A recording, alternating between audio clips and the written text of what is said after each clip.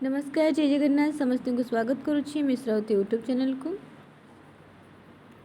तो पिला माने तुम मानकर भाषार संज्ञा स्वरूप प्रकार भेद जो मु आलोचना करुली, भाषार संज्ञा स्वरूप प्रकार भेद आलोचना करुले से आम पढ़ी भाषार विभिन्न प्रवृत्ति व भाषार विभिन्न प्रकृति पर्यंत। ठीक अच्छे, भाषार विभिन्न लक्षण पढ़ी, लक्षण पढ़ा जाइथिला, ता सहित प्रवृत्ति व प्रकृति भी पढ़ा जाइथिला। एतिकी ही आम पढ़ीचे। आज पढ़ा भाषार विभिन्न रूप, कौन कौन सब रूप अच्छी भाषार से विषय जानिबा, जोड़ा कि तुम मानकर लॉन्ग क्वेश्चन रही। +3 फास्ट सेमिस्टर पिला मानकर फास्ट सेमिस्टर। ठीक अच्छे, फास्ट सेमिस्टर पिला मानकर जो रही यूनिट 1 रे भाषा उपरे टॉपिक तुम मानकर भाषार संज्ञा स्वरूप प्रकार भेद। तो ता उपरे आम क्लास करुचे। पूर्व क्लास गुड़ाक जो मैंने सब जानी करें भल भाव में बुझी से माने ही एटा को भल भाव में बुझी पारे। आउ जो पिला माने पूर्व क्लास गुड़ाक देखिन डिस्क्रिप्शन तार लिंक अच्छी जाइए देखिपार। देख पिला माने भाषार विभिन्न रूप, कौन भाषार एमती रूप अच्छी, आम समस्त विभिन्न प्रकार रूप रही। किए कला, किए गोरा, किए कौन, एमती विभिन्न प्रकार रूप रही। सेमती भाषार कौन विभिन्न प्रकार रूप रही, केतोटी भाषार विभिन्न प्रकार रूप, भाषार केतोटी रूप रही आम जानिबा हला। भाषार मुख्यतः 4टी रूप रही। केतोटी? 4टी रही। गोटे ऐतिहासिक आधारित रूप, गोटे भौगोलिक आधारित रूप, गोटे प्रयोग आधारित रूप, आ गोटे निर्माण आधारित रूप। मन रख पिला माने एटा होची, एई चारटांक होची इंपोर्टेंट पॉइंट। भाषार केतोटी रूप रही ना, भाषार 4टी रूप रही, ऐतिहासिक, भौगोलिक, आ गोटे प्रयोग, आ गोटे निर्माण। ठीक अच्छे, ता भितर तुम जहाँ लेख, जहाँ बुझीब ता भितर लिखिब। सबले कही एई पॉइंट गुड़ाक मन रखिब, आ एई जिनसटा को जहाँ बुझीथिब, जहाँ बुझीब एठी ताहा डिस्क्राइब करिब। ओके, कौन ऐतिहासिक बा इतिहास आधारित रूप रही ना, यह होची समय आधारित रूपभेद। ये इतिहास आधारित रूपभेदटा होची समय आधारित रूपभेद। कौन ना समय, कौ समय, केते ख्रीष्टाब्द, कौन होइथिला से समय, से समय आधारित रूपभेद। समय क्रमे एक भाषा अन्य रूप धारण करी अन्य नाम रे परिणत होता है। माने समय अनुसार बा समय कर्म रे ए समय बा ए समय रे एटा ए भाषा आर आउ किसी समय पर सेटा कौन है ना, से भाषा अन्य किसी रूप धारण करिकी अन्य नाम रे परिणत होउछि। तहिरु पुणी अन्य रूप अन्य नाम रे उद्भाव होउछि। पुणी सेइथुरु आउ गोटे रूप से धारण करुछि, आउ गोटे ना से धारण करुछि। जेमिति तुम माने जानिथिबो वैदिक संस्कृति मोटामोटी भाव में ख्रीष्टपूर्व 1500 रु ख्रीष्टपूर्व 800 पर्यंत प्रचलित थिला। जो आमर रही भाषार प्राचीन भारतीय आर्य भाषा, मध्य भारतीय जो रही पिला माने प्राचीन भारतीय आर्य भाषा, आ गोटे मध्य भारतीय आर्य भाषा, आ गोटे आधुनिक भारतीय आर्य भाषा। यही प्राचीन भारतीय आर्य भाषा आमर जाउची वैदिक संस्कृति आ लौकिक संस्कृति। एथिरे पाली, प्राकृत, अपभ्रंश। तो ये प्राचीन भारतीय आर्य भाषारू आमर फास्ट आसला कौन वैदिक संस्कृत, तापर लौकिक, धीरे धीरे वैदिकटा लौकिक है, तापर ये प्राचीनटा है कौन ना मध्य भारतीय आर्य भाषा। से मध्य भारतीय आर्य भाषा पुणी आमर 3टी स्तर देखा मिलला। गोटे पाली भाषा, तापर पालीरू आसीगला प्राकृत, प्राकृतरू अपभ्रंश, पाली, प्राकृत, अपभ्रंश। एमती सब काल अनुजाई समय अनुजाई कौन है ना, तार ना गुड़िक चेंज है, अन्य रूप अन्य नाम रे से माने सब परिणत हेले। बुझीपारुछ? जेमिति एठी एग्जाम्पल कि आमर वैदिक संस्कृत जोटा कि प्राचीन भारतीय आर्य भाषा रही, सेटा मोटामोटी भाव में ख्रीष्टपूर्व 1500 रु ख्रीष्टपूर्व 800 पर्यंत प्रचलित थिला। तापर सेटा बदली जाए कि कौन हो गला पिला माने 800 रु 500 ख्रीष्टपूर्व ख्रीष्टपूर्व 800 रु ख्रीष्टपूर्व 500 रु ख्रीष्टपूर्व 200 मध्य ताहार रूप बदलिकी पाली भाषा भाव में अभिहित है, जोटा कि आमर मध्य भारतीय आर्य भाषा अच्छी पाली, प्राकृत, अपभ्रंश। देख लो केमती चेंज हो गला।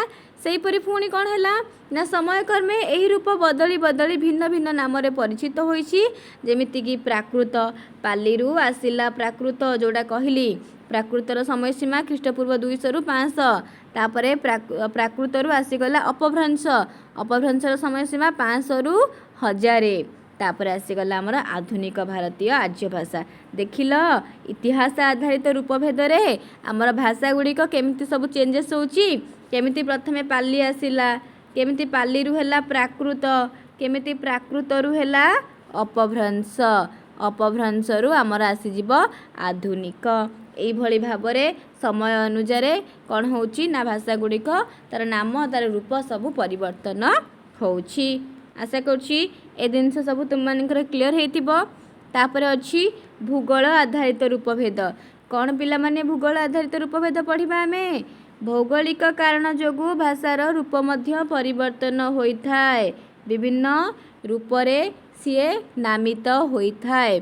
माने इतिहास आधार रे भी परिवर्तन होइथाय, भौगोलिक आधार रे भी आमर भाषार रूपभेद बा रूप परिवर्तित होइथाय। प्राकृत भाषार विभिन्न रूप रहिछि। आमे जो पढ़िले पाली प्राकृत अपभ्रंश, एई पाली प्राकृत अपभ्रंशटा आमर मध्य भारतीय आर्य भाषा भितर रहिछि। सेई पाली प्राकृत अपभ्रंश रे जो प्राकृत भाषा रहिछि ना, सेई प्राकृत भाषार भी विभिन्न रूप रहिछि। कौन कौन ना गोटे महाराष्ट्री प्राकृत, गोटे सौरसेनी प्राकृत, गोटे मागधी प्राकृत, पैशाची प्राकृत, अर्धमागधी प्राकृत। आधुनिक भारतीय आर्य भाषार विभिन्न रूप मध्य रहिछि। फास्ट गला प्राकृत भाषार विभिन्न रूप महाराष्ट्री, सौरसेनी, मागधी, पैशाची, अर्धमागधी। तापर आसिला पिला माने आधुनिक भारतीय आर्य भाषा। ए आधुनिक भारतीय आर्य भाषार भी विभिन्न रूप रहिछि। कौन ना बंगला, आसामी, पंजाबी, गुजराती, मराठी एइभଳି भाबरे विभिन्न प्रकार रूप रहिछि आधुनिक भारतीय आर्य भाषार। ठीक अछि, बुझिलो? जेमिति इतिहास आधारित गला भाषार विभिन्न प्रकार रूप, सेमती भौगोलिक आधारित मध्य भाषार विभिन्न प्रकार रूप भेद रहिछि। माने प्राकृत भाषार विभिन्न प्रकार रूप लिखिदब, महाराष्ट्री, सौरसेनी, पैशाची, मागधी, अर्धमागधी। तापर आधुनिक भारतीय भी विभिन्न प्रकार रूप रहिछि, बंगला, पंजाबी, गुजराती, मराठी ए सब क्लियर हेलो? ठीक अछि। तापर अछि प्रयोग आधारित रूपभेद। कौन प्रयोग आधारित रूपभेद पिला माने? ना कर्तार स्तर, जाति, धर्म, स्थान, गोष्ठी आदि भित्ति रे हमर भाषा विभिन्न रूपरे लक्ष्य करा जाय थाए। माने कौन जाति, धर्म, स्थान विभिन्न विभिन्न भित्ति रे भाषार विभिन्न रूप देखिबा को मिली थाए। प्रयोग को आधार करिकी तीनोटी मुख्य उप आधार रे विभक्त करा जाय पारे। माने प्रयोग आधार को तीनोटी मुख्य उप आधार रे विभक्त करा जाय पारे। गोटे होची प्रयोग क्षेत्र, गोटे साधुत्व आ गोटे प्रचलन। माने प्रयोग क्षेत्र, साधुत्व आ गोटे प्रचलन, एही सब आधार को भित्ति करी गढ़ी उठे भाषार विविध रूप।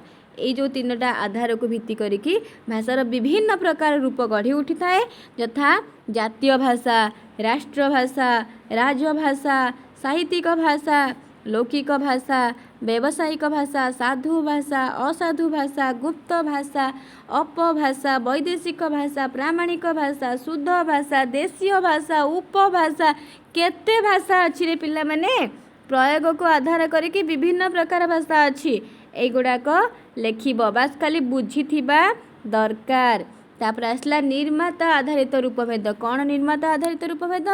ना निर्मातार संख्या और स्तर भेद रे मध्य भाषार रूपभेद लक्ष्य कराई थाए। कौन संख्या और स्तर भेद रे आमर भाषार रूपभेद को लक्ष्य करा जाए? ना जदि समाज रे भाषार निर्माण हुए, यदि समाज रे भाषार निर्माण होई थाए तेबे एहा परंपरा क्रमे प्रचलित हुए, एहार क्षेत्र मध्य विस्तृत हुए, समाज रे स्वीकृति पाइबा फल रे एहा प्राकृतिक भाषार सम्मान लाभ करे। अन्य पक्ष रे यदि व्यक्ति विशेष बा अतीव सीमित व्यक्तिवर्ग एहार निर्माता हुअंती तेबे एहा कृत्रिम भाषा भाव रे अभिहित होइथाए। पुणी निर्माण रे शिक्षा, दीक्षा, रुचि, रीति अनुଯାयी भाषार रूप मध्य बदली जाइथाए। फलरे भाषार निर्माणर नाम बा अर्जित ज्ञानर शाखा भित्तिरे नामित होइथाए। एतिकी थिला पिला माने तम मानकर भाषार विभिन्न रूप। आशा करुछि ए भाषार विभिन्न रूप जो थिला तुमे माने भल भाबरे बुझी पारिथिबो। जो भाषार विभिन्न रूप रहिछि तुम मैंने भल भाव में बुझी पार्थिबो। जदि कोनोसी डाउट रही तो निहाती भाव में कमेंट माध्यम जनइब पिला माने। आउ सबले कहि आछि जो टॉपिकटा तुम मानक दरकार, जेहेतु मते समय हो नाही टिके लेट रे वीडियो तुम मानकर आसुछि, सेति पई जो टॉपिक तुम मानक दरकार निहाती कि ए जिनसटा मैडम हमकु टिके बुझेई दियंतु तो मु सेई टॉपिक उपरे निहाती तुम मानकर क्लास करी किंतु तुम मानकर कमेंट भी रहिबा दरकार को टॉपिकटा तुम माने चाहूच से टॉपिकटा कहले मु तुम मानकर क्लास जल्दी नहीं आसबि ठीक अच्छे। भाषा उपरे आ गोटे ही क्लास रहिबो कहीं भाषार लक्षण प्रवृत्ति रूप सरीगला आ गोटे खाली रही भाषार श्रेणी विभाग बा प्रकार भेद। यहाँ नेक्स्ट क्लास रे आमे सारीदबा ठीक अच्छे।